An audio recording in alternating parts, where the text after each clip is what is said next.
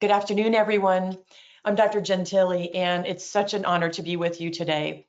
I will be presenting the training on services and supports administrators and case managers.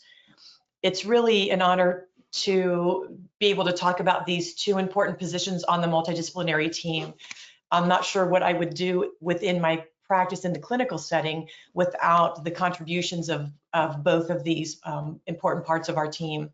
Just before we get started, I just want to mention that you will receive the PowerPoint slides. They will be available to you after the presentation. And also, as we're talking, as we're delivering information during this training, if you have questions, you can feel free to enter those into the chat. And then Megan will be helping us today coordinate the questions. We'll have some time for Q&A at the end. And I'll also have some information for you to access some of the resources and projects we'll be covering. So let's go ahead and get started. We are incredibly grateful to the Ohio Department of Mental Health and Addiction Services and the Ohio Department of Developmental Disabilities for making these trainings available to us. So here are our objectives today before we get started. Patients with ID, and that is intellectual disability, often present with aggression towards self or others, and often present to hospitals when in fact they have undiagnosed or undertreated medical conditions and communication challenges. Persons with ID often communicate through their behavior instead of using words. As Sigmund Freud said, all behavior is purposeful. We will discuss interventions that are shown to be effective in patients with ID. And the information that we're going to be presenting today is based in literature and is part of science and best practices. The roles of a services and supports administrator and in the developmental disability system and the case manager role from the mental health system are each very unique and are both critically important. We will review the roles of both and why both are key players in effective communication and in the treatment of persons with ID. So mental illness and intellectual disability are two different conditions, but people with intellectual disability are more likely to have a mental illness. Mental illnesses can affect memory, perception, judgment, and a person's ability to understand or comprehend what's going on around them. The term dual diagnosis, for the purposes of this presentation, are used for children and adults who have a developmental disability along with a co-occurring mental illness. Mental illness is treatable. People with ID, however, may not report their own symptoms. As an SSA or as a case manager, you hold the opportunity to monitor and document information that may be helpful to mental health professionals and is every day in my appointments. This is a significant responsibility, but you can help identify mental health problems, possible side effects of medications, and substantially improve the lives of the people that you support and serve. So first of all, I want to make sure we're on the same page. So the responsibility of an SSA is to support and facilitate a range of different resources and services. It involves overseeing treatment and care and responding to individuals' inquiries. It also requires excellent written and oral communication skills. The SSA is the main point of coordination for an individual's services and supports, including housing, behavior supports, provider services, and many others. You are a troubleshooter, you're a problem solver, and you're an advocate for the persons with ID. The SSA supports individuals in identifying and pursuing life goals while coordinating services across multiple systems. An SSA is that primary point of coordination and will empower individuals. These tasks promote the principles of self-determination and person-centered planning. The SSA will demonstrate respect for, support for the dignity of, and observe the rights of all individuals served by the Board of Developmental Disabilities, and will demonstrate sensitivity to diverse beliefs, cultures, values, and family structures. So the SSA will participate in planning for budgets for services based on assessed needs and preferred ways of meeting those needs. So the SSA gets to be really creative. In collaboration with the designated liaison, the SSA assists individuals in making selections of providers. They also ensure that provider services are effectively coordinated. The SSA reviews any unusual or major unusual incidents for trends and patterns, and also the SSA takes part in solving problems that are identified. The SSA provides service coordination and referrals to needed services and community resources. So the SSA really is this person that can identify the path to employment or alternate programming for the individual. The SSA also coordinates all facets of the ISP. So what exactly is the ISP? This includes self-determination, health care, emotional health, daily living skills, financial well-being, and also personal development and interpersonal relationships. Finally, the SSA is responsible to assist the individual and facilitate their integration into the community in a social structure of sorts. So what is the case manager? The case management or case management as a whole is a collaborative process of assessment, planning, facilitation, and care coordination. They are also part of the evaluation and advocacy for options and services to meet an individual's and a family's comprehensive health set of needs. So the philosophy of case management is unique in that the underlying premise is based on the fact that when the individual reaches the optimum level of wellness, everyone benefits. Case management services is a means for achieving client wellness and autonomy. The case manager will help identify appropriate providers and facilities throughout the continuum of services. Case management services are best offered in a climate where there's direct communication between the case manager, the individual, and any appropriate service personnel like DSPs or group home managers, family members, and certainly SSA. And this, in coordination, when everyone is in collaboration, this will optimize the outcome for all concerned. So, in addition, certification is required for case management. So a case manager must go through education and a process. They have to have the skills and experience required to accomplish this job. The case manager really focuses on the individual's ability to succeed in the community, to show improvement in school or work or programming, and with family. And as we also mentioned, integration into their own community. So this is going to consist of this ongoing assessment of needs over time. So this isn't static, a one-time thing. The case manager will be assessing and reassessing over time as things change. They'll be assisting in achieving personal independence, managing basic needs, and also just to facilitate further development of daily living skills. The case manager will coordinate with the SSA on the ISP. They'll be responsible for symptom monitoring of their mental health conditions and coordination of crisis management. The case manager also assists individuals in eliminating barriers to seeking or maintaining programming and employment. So how do they work together? So how should the case manager and the SSA work together successfully? The SSAs will link individuals to needed services and housing, but usually do not address specific mental health needs. There's a wide range of skill set among SSAs, and I work with SSAs every day in my clinical practice. So some are very, very familiar with mental health needs, and others don't have as much experience in that area, and that's where the case manager can come in. The case manager can advocate for the person and can provide support and assistance for the person regarding maybe better management of mental health symptoms and therefore increasing their ability to maintain community placements. The case manager can also improve relationships with family members, with coworkers, peers, housemates.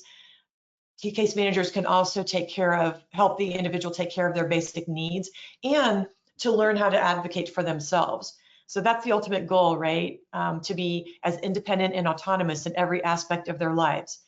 So in my opinion, there'll be some crossover here, and it's important to have both the case manager from the mental health side and the SSA from the DD side so that they can collaborate, share information, and be the point person for each of their agencies and communicate to others on the team. So in parallel with that, working together, case managers can identify community or residential barriers that may be interfering with symptom stabilization. So regular communication with the employer and with residential staff, that can be an important piece of a case manager's role. And certainly an SSA should be involved in that as well. So case managers can provide education regarding a person's mental health issues and maybe recommend changes that can be made in service approach or in delivery of care that will help minimize symptoms or help remove power struggles, for example. Case managers should communicate with SSAs regarding identified problems that the SSA may be able to help with. For example, maybe a case manager identifies that the person is very unhappy in their job or in their supported residential setting, and the dissatisfaction is causing an increase in mental health symptoms. This is important information that should be communicated to the SSA, who then can gather collateral data regarding current symptoms, use of coping skills, and report back to the psychiatrist or counselor, for example. Being available as a resource when the individual is experiencing a mental health crisis is important for both the case manager and the SSA. This might mean being knowledgeable in what coping skills are being addressed in counseling sessions and reviewing them with the individual between appointments and helping a staff person put together a safety plan. These are some more comments about working together and how critically important that is. So working as a team will assist with attending County Board of DD team meetings. Maybe the case manager goes over to the County Board of DD or joins virtually and is part of virtual calls or face-to-face meetings, regular phone calls and occasional visits to a person's place of work or to their supported residential setting to gather that collateral data that's so important regarding current symptoms and to assist the case manager in working to identify areas of need and how they could potentially be addressed. So on both sides, both of these team members will be doing problem solving and strategic planning, and that's why they're so key. Finally, regular or occasional visits with the individual, whether it's at home or at work, based on the individual's preference, to build that relationship and review coping strategies that the therapist is working on in sessions. The SSA may be able to determine that the patient is underperforming at their place of employment. And then the case manager could speak with the counselor, for example, to determine the specific coping skills they're working on and maybe review those skills with the individual. The case manager may also learn that the person has been struggling since their former supervisor left for another job, for example, in a hypothetical sense. The case manager could then share that with the SSA, who could then meet with the new supervisor and maybe determine next steps to support the individual in that environment to be successful. So building these relationships and having open communication is certainly, they are keys to success. The SSA meets with the patient. For example, I had an appointment recently where the individual thought that a staff person left because of them, because of their behavior, and was very upset. And of course, it was a grief and loss issue for the patient who had worked with the staff member for many years. And so the SSA, for example, and being part of that appointment, could share that with the case manager, who could meet with the person to discuss, schedule the person to meet with their counselor the same week, maybe push the appointment up. In reality, the staff did not leave because of the patient. It was simply a job promotion, but no one had shared that information with the individual. So knowledge is also power for our individuals when we share information such as that. This is sort of an interesting chart. I really have benefited from this because it shows the differences between the DD system and the mental health system. So the philosophy, for example, is very different. The DD system really focusing on being person-centered and self-determination, whereas mental health system really is looking at this condition or this disorder, this set of mental health symptoms, in a recovery model frame. And so those are two very different approaches, and another reason why we need both the SSA and the case manager involved. And the patient will likely be more successful if we have a complete team. So diagnosis is really de-emphasized in the DD system, whereas it's critically important in the mental health system because we need that really to follow best practices, of course, for billing and coding, and also just to clarify to the individual and to those who stand with the individual what the diagnosis is, what the condition is, and how we can help that individual. And I'll let you read the rest of these on your own. Really, the SSAs and the case managers that I work with really are game changers. We need both to play an active role on the team, it's not the same when you have one or the other. So I think it's important to realize that these are different roles, but complementary, and certainly have synergy. So a little about communication. So this is important for both case managers and SSAs. So people with dual diagnosis may have different communication styles that you'll have to adapt to, especially when having conversations about the symptoms of their mental illness or potentially side effects of medications. So there are some strategies that you can use to communicate more effectively and to better support our individuals. Try not to only use yes or no questions or multiple choice. For example, some people may answer these questions in the same way for every question or choose the last choice offered because they have memory issues. So consider using cross-questioning. This strategy really is helpful with checking the accuracy of answers. So do you sleep well at night? And then you can follow that up with, do you have any trouble sleeping? And that way you have a gauge on if you're getting accurate information, if the patient is, or the individual is capable of sharing that with you. And it also gives them a second chance to give you additional information, which is always a good idea. We want to avoid double-barreled questions, which is when you are putting two questions and you're combining them into one. An example is, do you like your home and the staff who support you? A better way to communicate is just splitting these up. It certainly does take more time. However, you're more likely to get high yield or accurate information if we just ask one simple question and then, or just keep it to one question as opposed to asking two or three in the same phrase. So we also want to avoid asking long or multiple questions. Do you or do you not like your staff? And if so, what's your favorite thing about it? So there's a lot in there. There's a lot of questions packed into one. We also don't want to use leading questions. So you knew you weren't supposed to take that, didn't you? So this is, it's likely to be lower yield when the patient feels disrespected in any way and just more unproductive. So when you're spending time with an individual that you support, we want to make sure and pay close attention to their mood changes, their attention span, and any unusual or repetitive behavior. This knowledge of their nonverbal communication is so important to mental health professionals. And if you're able to bring that to an appointment and share that with us, it is a key to success. Also, what is their baseline? That is one question I ask so frequently, and often it's a collateral data source, and often it's an SSA or a case manager that's able to answer that question with a lot of detail. And then we can base clinical decisions on that important information. So asking what else is also really helpful. This is actually shown in literature. We have some literature to show that if you ask a question and then you get partial information, or you suspect you have partial information, you can ask what else, 2 or 3 other times. And it's shown in the literature that you'll get higher yield and accurate information if you do so. We also want to use directed open-ended questions. Typical open-ended questions are, for example, how are you doing? Or what did you do this past weekend? But directed open-ended questions, for example, when you went to the movie theater and looked in your wallet, what was missing?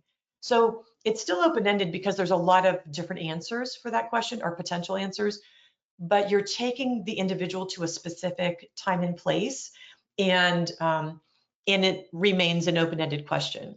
So that is high yield, taking someone to a specific time and place to help them get the information that you need. Also, there's a lot of things we've said, or use caution, or be careful with that. But the things that will always be high yield are summarizing and recapping. So this is when the person has communicated something with you, and then it's just a useful strategy to ensure that you understood them correctly. And remember, all of these are just suggestions. You know how the people that you support communicate best. So it's not necessary to use every strategy, and every strategy will not work for each person. But it's just important to spend time in practice with communication with each individual, as it's so important for them to have their voice and to tell their story. So baseline functioning, I talked about this a little bit. Mental health professionals may ask SSAs or case managers to help document someone's baseline functioning.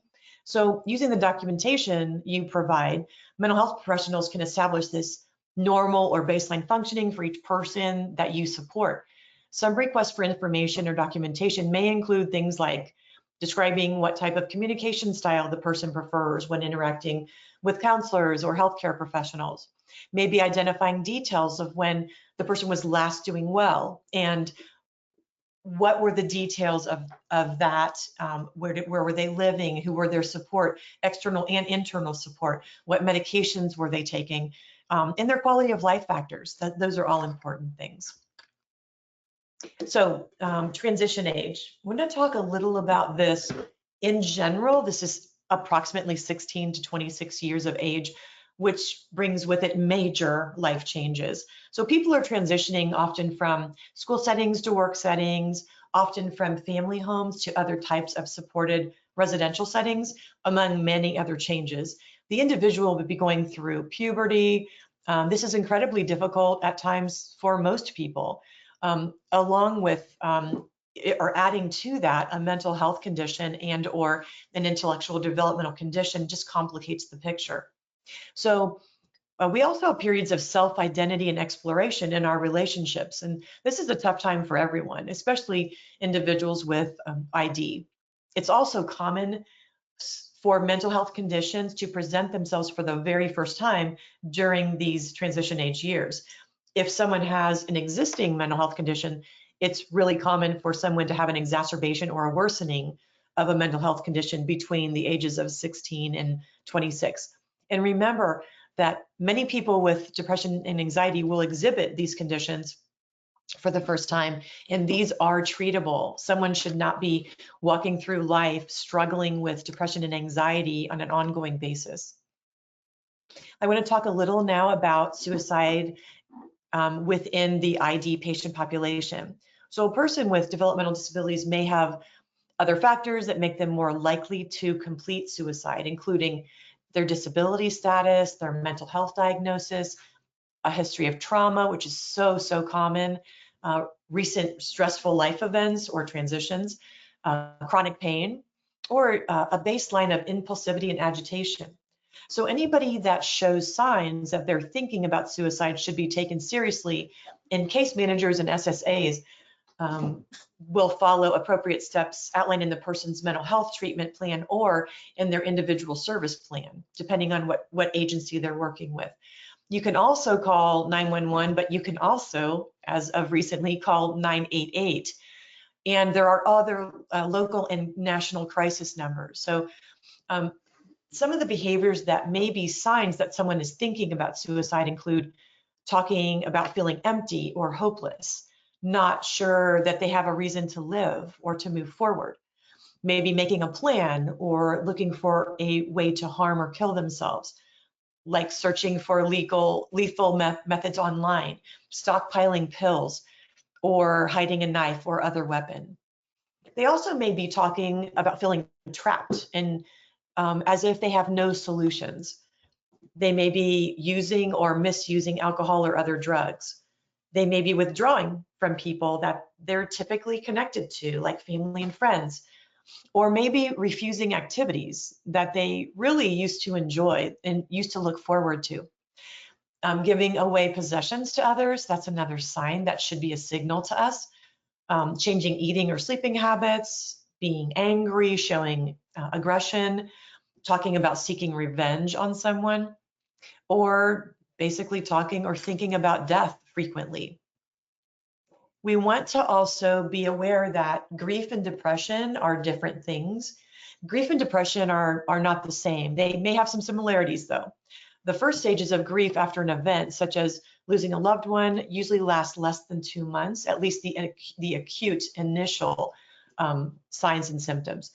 And suicidal thoughts are usually not present in normal grief. The person may have feelings of loss. They may be, they could have crying episodes, short periods of psychotic symptoms even, but then they'll return to baseline. And it's, of course, a trajectory, and it's a slow process often. In depression, the time course is usually greater than 2 months. Suicidal ideation is more likely to be present in depression. And the person's emotional state may include feelings of worthlessness and blaming themselves. Psychotic symptoms may be present and may be long-lasting.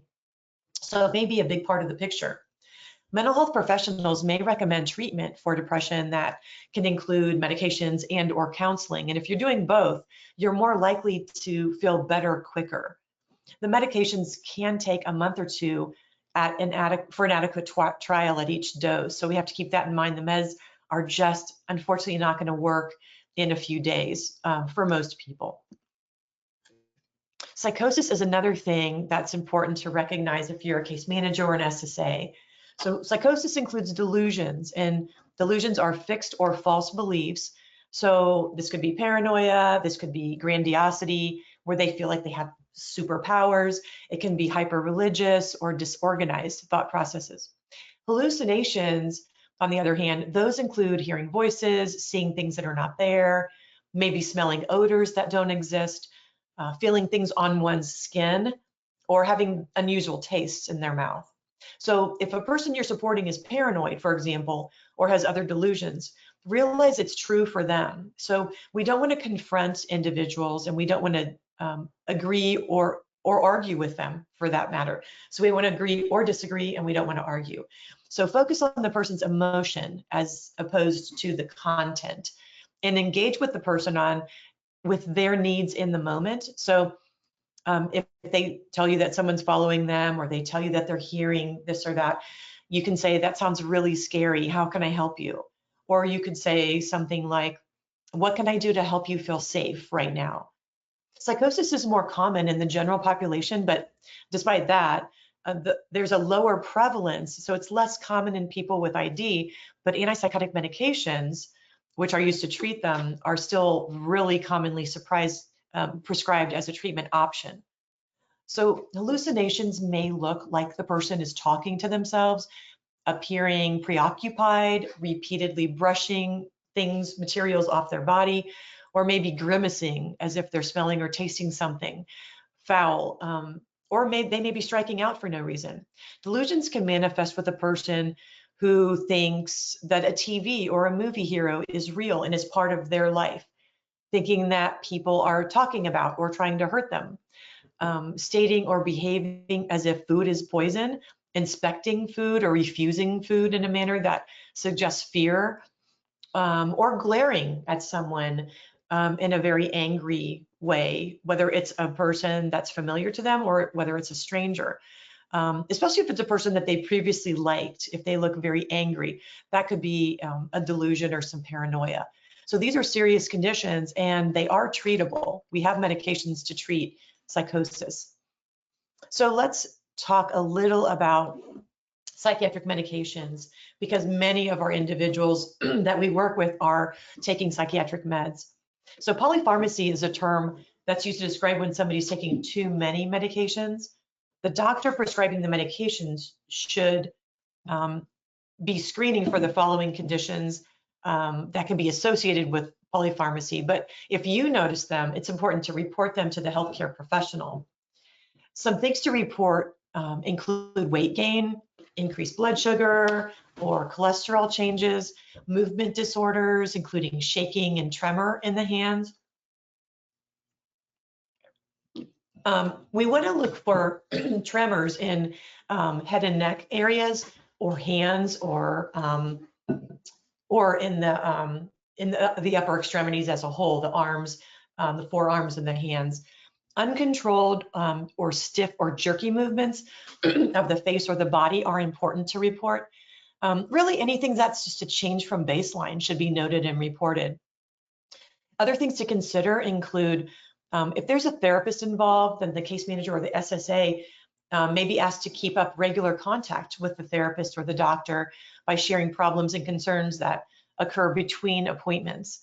So this communication is key because people with ID may not recall past actions, so they may have memory issues, or it may be 30, 60, or 90 days since the last appointment, and it's really difficult to sort of summarize that amount of time during the appointment itself. A person familiar with the patient and their symptoms should attend these appointments to give this background information that we just rely on so heavily.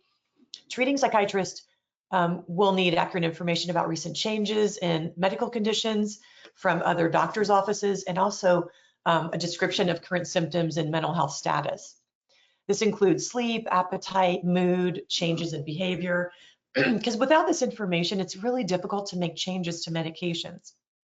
Making sure to support the individual's mental health is essential, and outcomes for mental health treatment will improve with frequent and consistent attendance at all these appointments. Okay. I want to talk a little about psychological first aid because this is actually a training in and of itself, but the key points are just so helpful in so many situations. So as an SSA or a case manager, supporting the person to live as healthy as possible, both physically and mentally, is a vital part of your job. So just like there's first aid for physical health problems, there are lots of things we can do to support someone in a care role, in a support role, or in an administrative role to provide psychological first aid. These are not just for individuals that we treat and serve, they're actually for us too, because we're working hard and we're working with a lot of individuals, we're hearing about their trauma stories, we work long hours, we have large caseloads, and so it's important for us to think about ourselves as well as the individuals we serve. So modeling healthy responses, being calm, courteous, and organized, that's really helpful. Being visible and available, and paying attention to individuals. I noticed that it's amazing what an impression it makes on an individual when you're paying attention and you're making eye contact and you're really present in that conversation. Maintaining confidentiality as appropriate, that's really important. Remaining within the scope of our expertise and our role on the team. So we want to be knowledgeable and sensitive to issues of culture and diversity. That's incredibly important. Paying attention to our own emotional and physical reactions in our own practice of self-care. Speaking calmly, speaking slowly in concrete terms, and it's best to try to avoid acronyms or abbreviations or random terms or jargon. We all come from a different place and have different training and exposure. And so we want to use more concrete terms that are understandable by all of us. It just helps with conversation and communication. If you're using a translator or an interpreter in your interface, you want to look at and talk to the individual you're addressing, not the translator or the interpreter. So the goal of psychological first aid really is to reduce distress, to assist with current needs, and to promote adaptive functioning, and not to necessarily to elicit the details of a traumatic experience.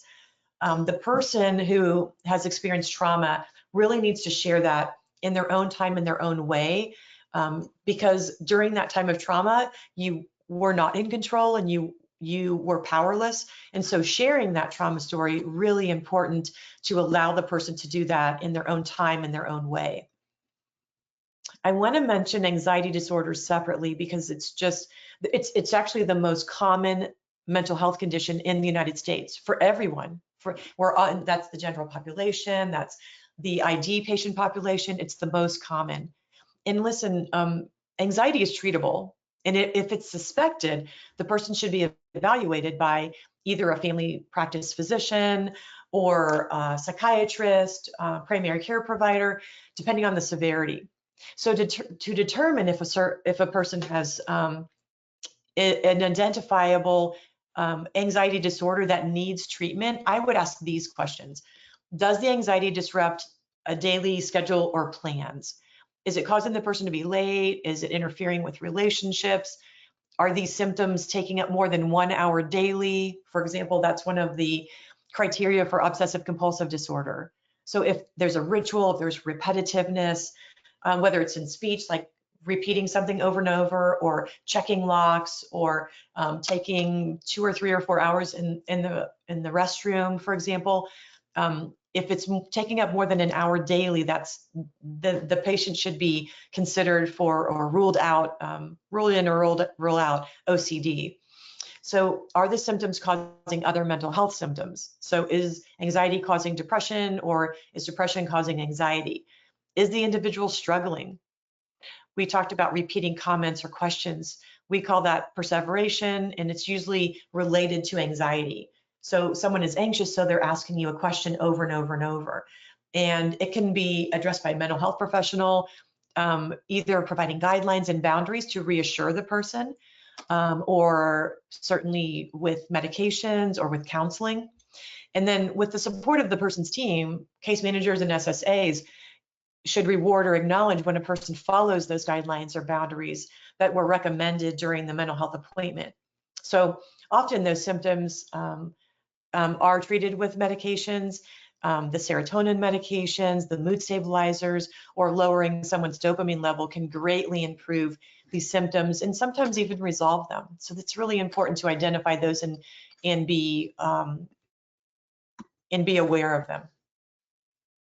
So now a little about post-traumatic stress disorder. This is just a quick rundown, this first slide, just to show you that we want to be looking at 3 different categories of symptoms. And so I'm going to go through these separately, one at a time. So this is hyperarousal. So hyperarousal is important because this is the person that is fight or flight. So they're on high alert. Even if it's something that's relatively minor, they're sort of overreacting to something. This can look like aggression, it can look like irritability, it can look like sort of random physiologic. So in other words, our bodies are ready to respond to a crisis if there's a crisis available, or if there's a crisis in the immediate vicinity. But someone who's been traumatized will actually have the same physiologic reaction without any prompting. And also, I like to ask individuals, do you feel the need to defend yourself? I think that's important information, and it sort of gives us their perspective on, when they are on this high alert. So if they're fearing for their lives, if they're fearing for their safety, we want to be aware of that, and that could indicate PTSD. The second category is re-experiencing. So this is when the person is actually reliving the trauma. And if this is happening during the daytime, then these are flashbacks. If it's happening in their sleep, then those are nightmares. So there's a lot of ways that the person can just, they haven't processed the trauma. It's going to keep intruding upon their lives. So this is intrusion re-experiencing. And then the theme is really control in many aspects. The person doesn't feel that they have control over many of the parts of their life. And so it can become obsessive, it can become repetitive, it can become literal. And then the third category that we want to talk about is constriction. So this is that circle the wagons, just I'm cutting myself off from the world, I'm surrendering, I'm just shutting down, I will not have another relationship because this relationship just ended and that wasn't my choice. And so when someone's really hurting and they're really grieving a transition or a change, so often the person in this state of surrender, this constriction, they're not going to be showing emotion. They're going to be just shutting down and compartmentalizing that. And so if someone does this up front and it's very brief, then that's understandable. You're sort of in that circle the wagons mode. But if it's an ongoing way of life, then it's a big problem because they're not making new relationships. They're not enjoying people and they're not moving forward. So that's when it needs to be addressed. So these are the 3 categories. If anyone has symptoms in these categories, they should be explored for a potential diagnosis of PTSD. So this is what I like to do in looking at trauma. So there's stages, mild, moderate, and and severe, you have these categories of ID. And if we break these down into the 3 categories, we can better understand the trauma experience at each developmental stage. So for individuals who have severe or the lower functioning moderate ID, this is important because they will potentially experience sights or sounds or smells in the environment, and it'll take them back to that bad place, to that place of trauma. Thinking in images, it's more likely that individuals in this category will be able to process trauma through maybe visuals, storytelling, drawing, role-playing, and sometimes we'll give patients some guidance, and then sometimes they'll draw pictures for us, and then we can talk about those.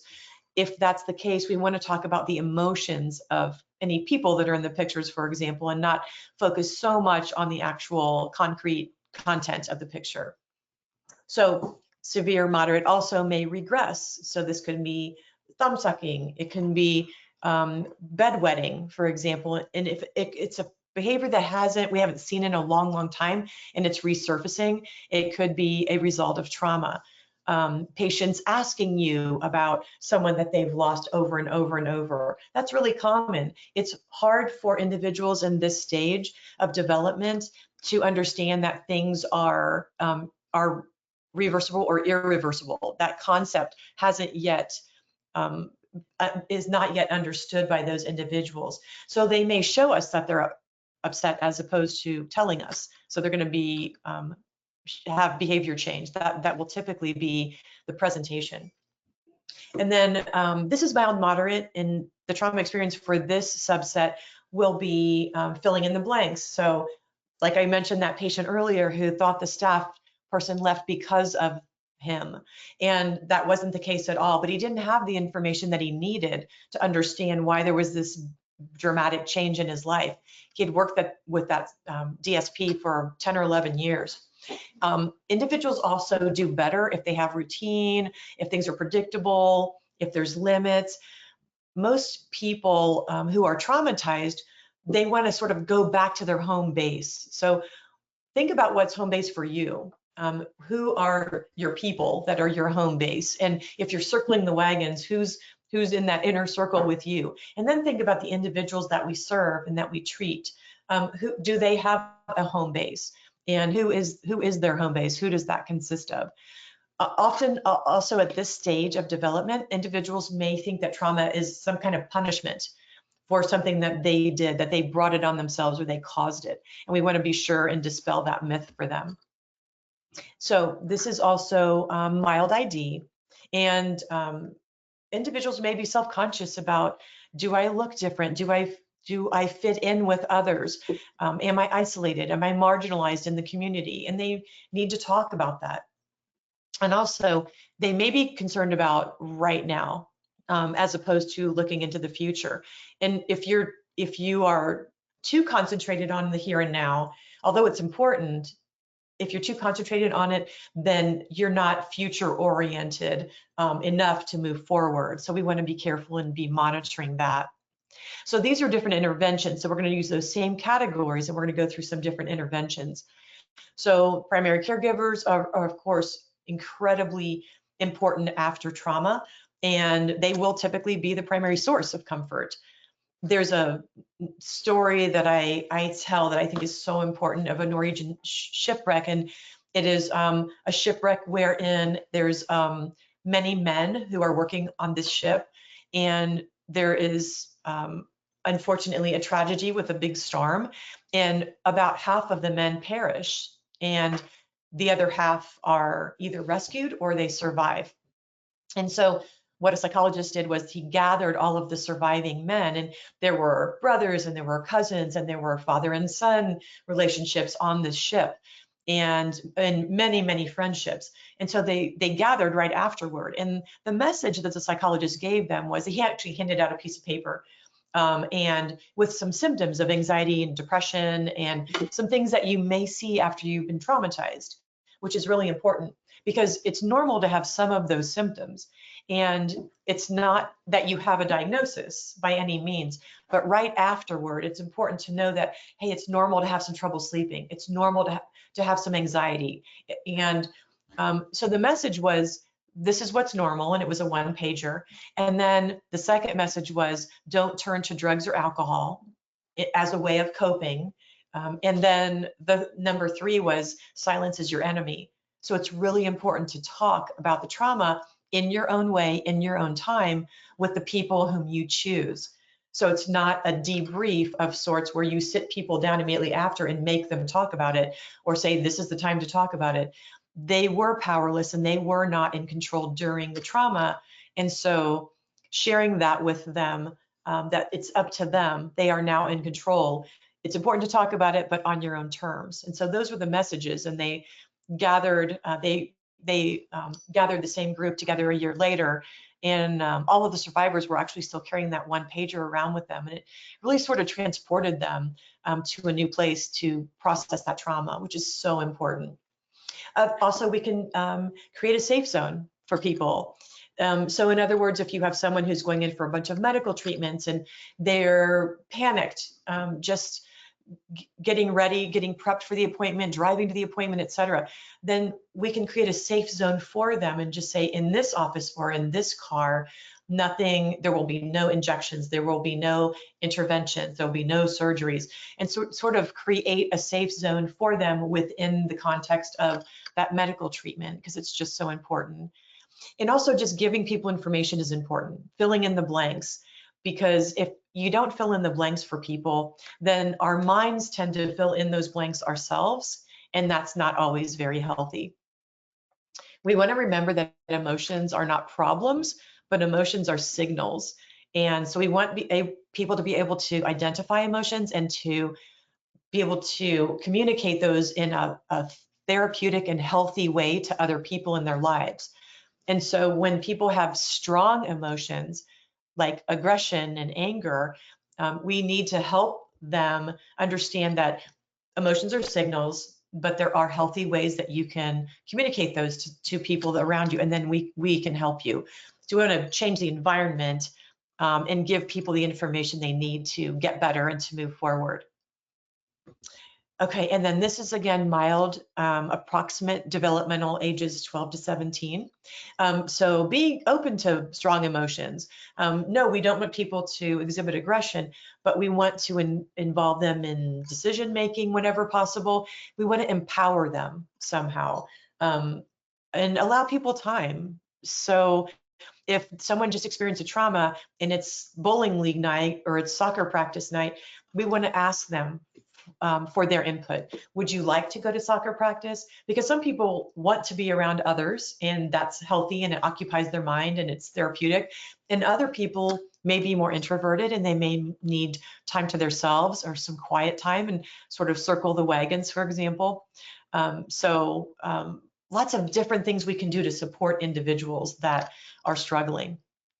Okay, so I'm going to try to get through the rest of these slides in just a few minutes and allow time for questions.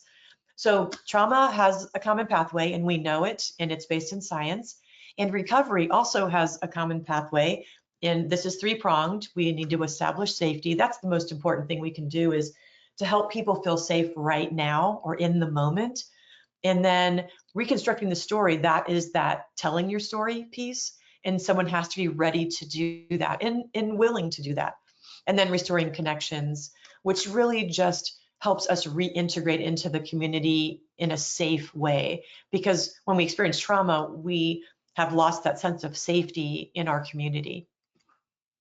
Okay, this is actually just a quick case because we are just in the interest of time. So this is a patient that came to us, 16-year-old, and had lots of irritability, some aggressive episodes, and lots of hospitalization. So just in and out of the hospital.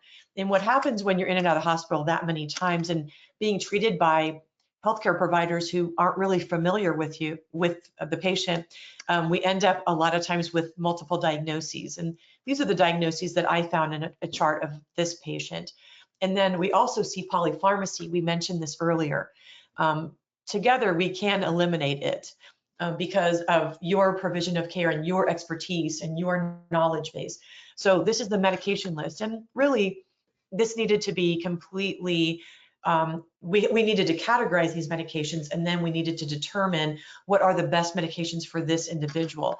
And so if we have a regimen such as this, which has 3 antipsychotics and 3 mood stabilizers, for example, it's not as frequent as it used to be, which is a great sign that we're moving in the right direction. But we don't want to go off the charts or go off the path. For example, these medication regimens for patients with ID should look exactly the same way that they do for patients in the general population. And there's really no science that supports anything else.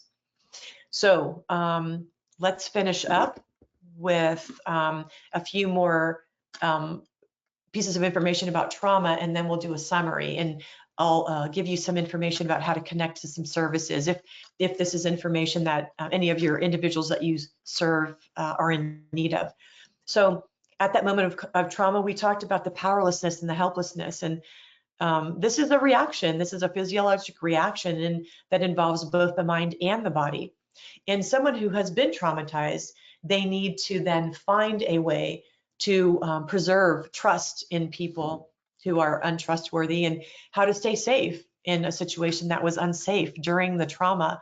And so this is Judith Lewis Herman, one of my favorite authors, and a book that she authored decades ago that's called Trauma and Recovery.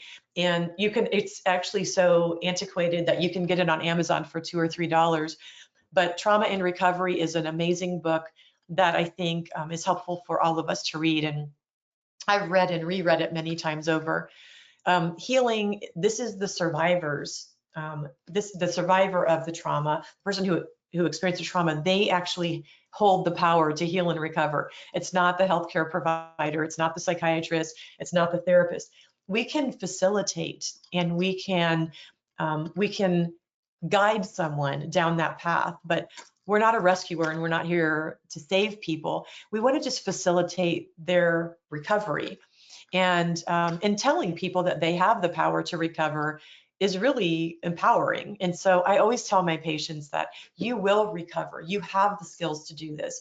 You can absolutely do this. And your team we will be here with you to facilitate and support. So the more helpless or dependent a patient feels, the worse the symptoms become, because you don't feel like you have control of it, or you can do anything to help yourself. And that's not the case at all. I've never met a patient who was not able to recover from trauma. So we can't assume that everyone is exposed to the disaster will be traumatized. Some people aren't. We also don't want to treat people differently. We don't want to assume that all survivors of trauma want to talk or need to talk to us in that moment. We have to, again, let them decide on that. So let's see. Let's talk a little about behavior change. So it is critical to remember that all behavior is a form of communication, whether it's SIB or verbal aggression, property destruction, or physical aggression. And then I will let you read these on your own, because you will have this set of slides. But really, behavior change needs to be interpreted. Is it medical? Is it psychiatric? Is it organic? And so these are just some examples of if someone's rocking, if someone has their fist in their mouth. These are the conditions that we should be thinking of. And when should we be concerned? When someone experiences a significant life stressor, when they have this onset of mental health symptoms. Maybe they're crying, maybe they can't sleep, skin picking, anger, when someone's making threats or actually attempts to harm others, or if they're unable to care for their basic needs at their baseline level. So what does work? Putting yourself in that person's place and thinking about the control that others have in their life, that's often an eye-opener for me and for others who work in the field. And also when people aren't given choices about caffeine or coffee, of course we want people to make healthy choices, but at the same time, we can't make all of their decisions for them. And here are just some practical suggestions. So we don't want to underestimate effective planning. If we talk about these incidents beforehand, we're going to do a better job, and we're going to be able to work as a team. And also just expressing concern for someone's well-being and offering them food or drink, a phone call, who would you like to talk to right now? that can be really helpful. So in summary, all behavior is purposeful. That's part of our job to figure that out. And it's a myth that those with ID can't benefit from the full range of mental health services. And trauma recovery begins when the patient is able to tell his or her story. So we don't want to overdiagnose psychotic disorders or underdiagnose depression or anxiety. SSAs and case managers are both critically important to effective and successful care of persons with dual diagnosis. And we know that our patients benefit from mental health services, including trauma-informed approaches, psychotherapies, and state-of-the-art medication regimens. So I want to thank the two state departments for their incredible support of these projects. And I also want to provide you with these resources. We have the Telepsychiatry Project. We also have the CCOE, or the Coordinating Center of Excellence. And these are, Ebony and Kelsey are amazing. They are accessible to you. I've got their email addresses here. And that concludes this training on intellectual disability for SSAs and case managers. I'm Dr. Gentili. Thank you for joining me and for all of the important work that you do in supporting our individuals. And I would welcome your questions and comments at this point. Thanks for joining the training today.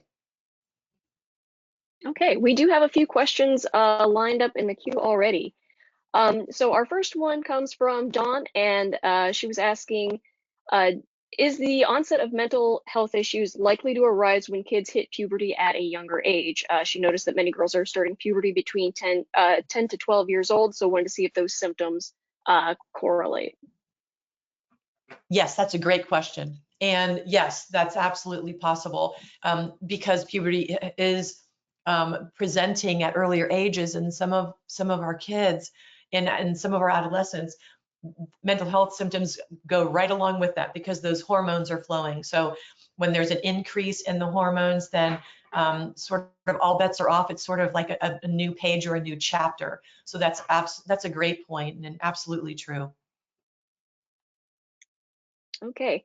And Lindsay wanted to know how the ages on the slides regarding the different levels of ID being mild, moderate, severe coordinate with that level of developmental disability. Yeah, thank you so much for asking. So if we have the categories of mild, moderate, severe, and profound when we're sort of categorizing IQs and developmental conditions. And so what I did on those slides was I was correlating the developmental stage with the typical stage of development of the individual. So in other words, if someone is in concrete operations, then that would equate to mild ID, and that would equate to ages of 7 to 12 years or approximately. And of course, we have to take into consideration that everyone has different internal and external supports, right? And different community experiences. And so some individuals with mild ID will have much better developed expressive language skills, for example, versus someone who had less integration in the community or a less an educational system that was not well equipped, or they didn't have an individual an IEP, for example. So it's going to look different. There's going to be this range in each of those categories. But the developmental stages of Piaget, that's the theorist that I used when I made those slides. So Dr. Piaget,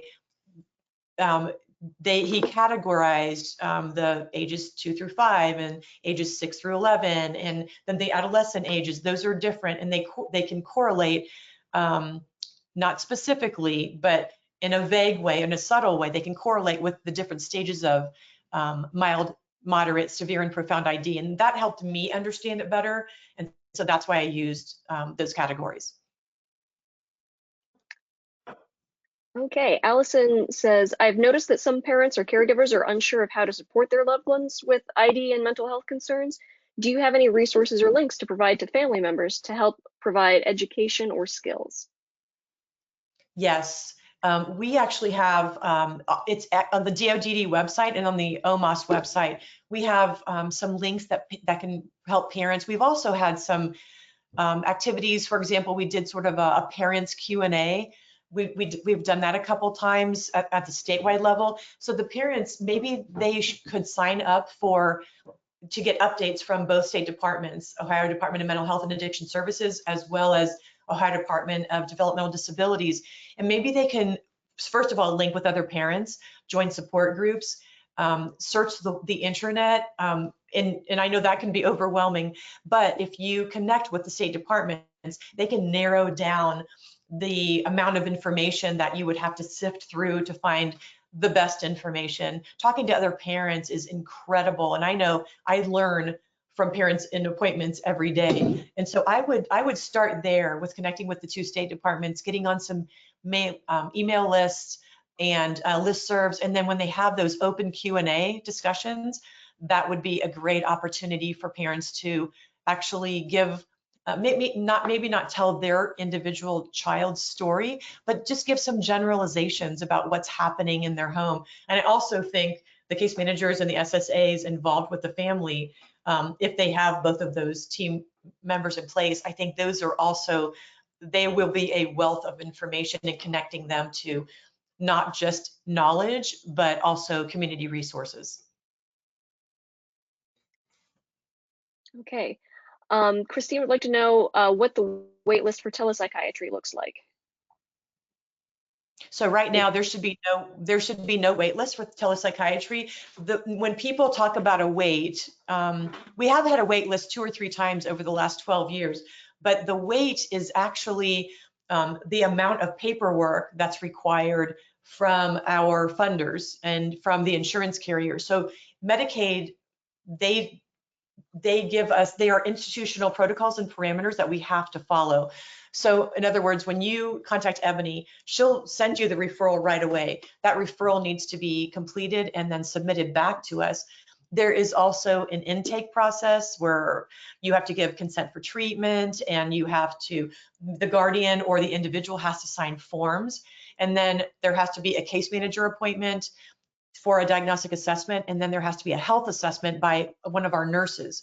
And so that takes time. I mean, they will make appointments available to you as soon as they have openings on their schedule.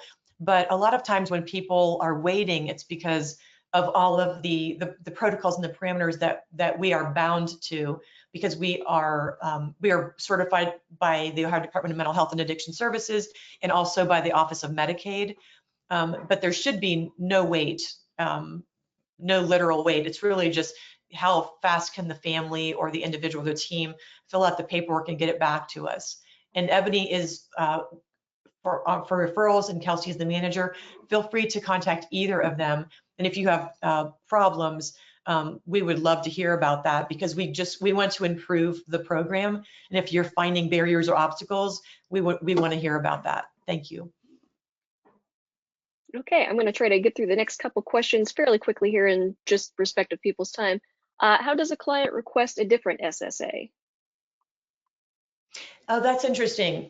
So that would be within the Board of DD, and I think they would base that on. And I've worked with the Montgomery County Board of DD, so I'm more familiar with that. I don't know if there's a general rule at the state level, but I will tell you that people do this with psychiatrists as well. They'll say, well, I'm not a good fit for this psychiatrist. Can I have a different one? It sort of depends on what their reasoning, and we want to explore that with the patient or the team or the individual. So if you're not getting what you want, or you're frustrated with one of your providers, then we want to get to the bottom of that. Is it because you have made requests and you're not getting the information that you want? Is the family frustrated?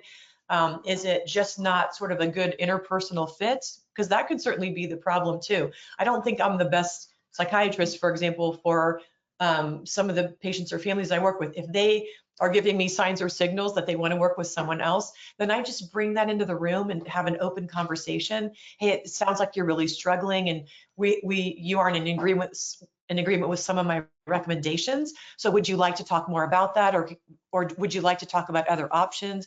So sort of opening that up for discussion, I think, can be really helpful. And it's probably going to be, because there's not a lot of centralization with these kinds of functions, it's probably going to be up to that county board of DD to make a determination whether they will switch an individual to another SSA. That's my guess. But I always like to talk about it. I think that's the most healthy way to approach those issues. Okay, it looks like our last actual question. Lisa asks if most of the information is relevant to the general population suffering from mental health issues as well. Yeah, it's a great question. I know I've mentioned the general population a few times during the presentation. So a lot of it is, yes, absolutely. I did make some specific comments about maybe, nuances with diagnosing or with collecting collateral data and that kind of thing.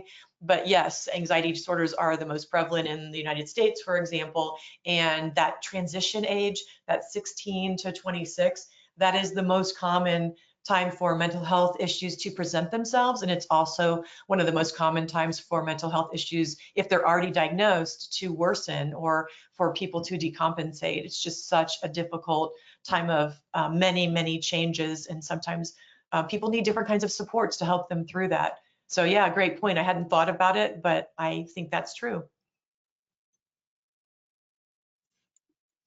All right, I think that wraps up all of our questions for this afternoon. Thank you so So much, Megan, and thank you so much to all the attendees. I appreciate the time that you have taken away from your important work to attend the training. And thanks to DODD and OMOS.